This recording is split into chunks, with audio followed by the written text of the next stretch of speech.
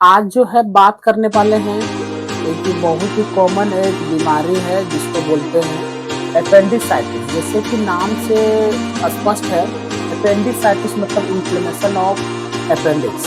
देखिए, भारत में जो है इसके बहुत सारे केस आज के वर्तमान समय में अपेंडिक्स के बढ़ते जा रहे हैं। तो इसका क्या डिफिनेशन होगा हम थोड़ा जान लेते हैं। इट बोलते हैं it is N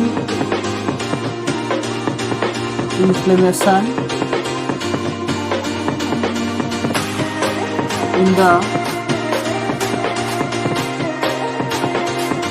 wall of appendix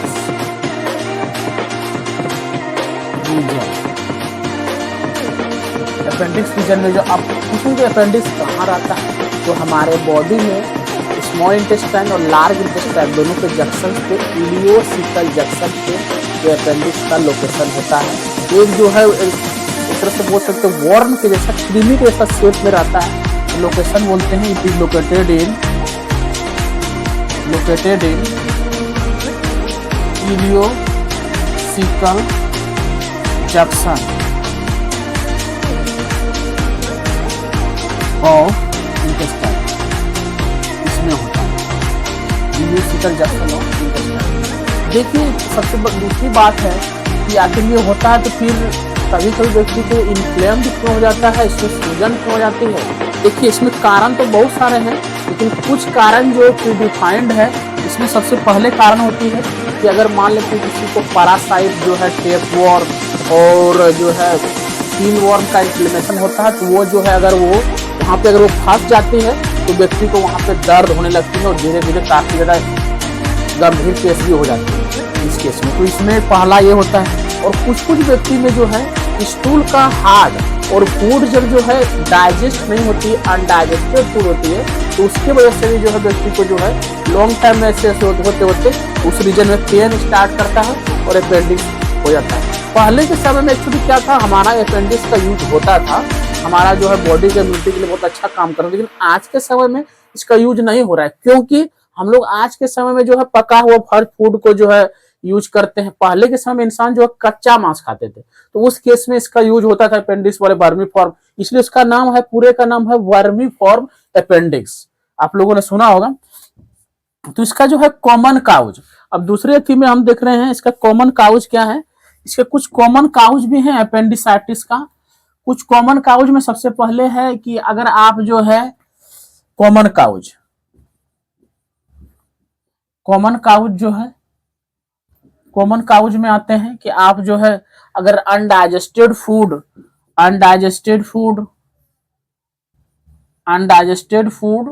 और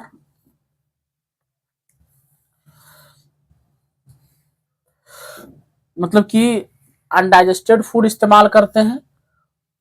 अगर आपको क्रोनिक कॉन्स्टिपेशन का दिक्कत है, उसके कारण भी हो सकता है क्रोनिक कॉन्स्टिपेशन, ये भी कारण बनता है। क्रोनिक कॉन्स्टिपेशन मतलब कि हार्ड स्टूल। इससे क्या होती है, वहां पे जो है आपकी जो दोनों इंटेस्टाइन के बीच के लेयर है उसमें प्रेशर बढ़ता है और धीरे धीरे पेन स्टार्ट करता है इस केस में। और दूसरा जो है हो सकता है कि पैरासिटिक इन्फेक्शन, इसके कारण भी होती है।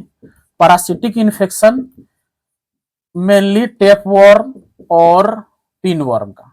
टेपवॉर्म यानी फीता कृमि, जिसमें टीनिया सोलियम ऐसा होता है। टेपवॉर्म और लिवर फ्लूक का टेपवॉर्म हुआ, लिवर फ्लूक हुआ, पिनवॉर्म हुआ, इस सभी का इन्फेक्शन से भी हो सकते हैं। तीसरा जो है, अगर मान लेते हैं उस रीजन में किसी व्यक्ति को लॉन्ग टाइम से ट्यूमर है, उसके वजह से भी हो सकता है ट्यूमर इंटेस्टाइन। इसके अगर घाव है कुछ तो ट्यूमर इंटेस्टाइन। तो ये भी कुछ कारण होते हैं। और देखिए, सबसे इंपॉर्टेंट बात है कि अपेंडिसाइटिस के कुछ टाइप्स हैं।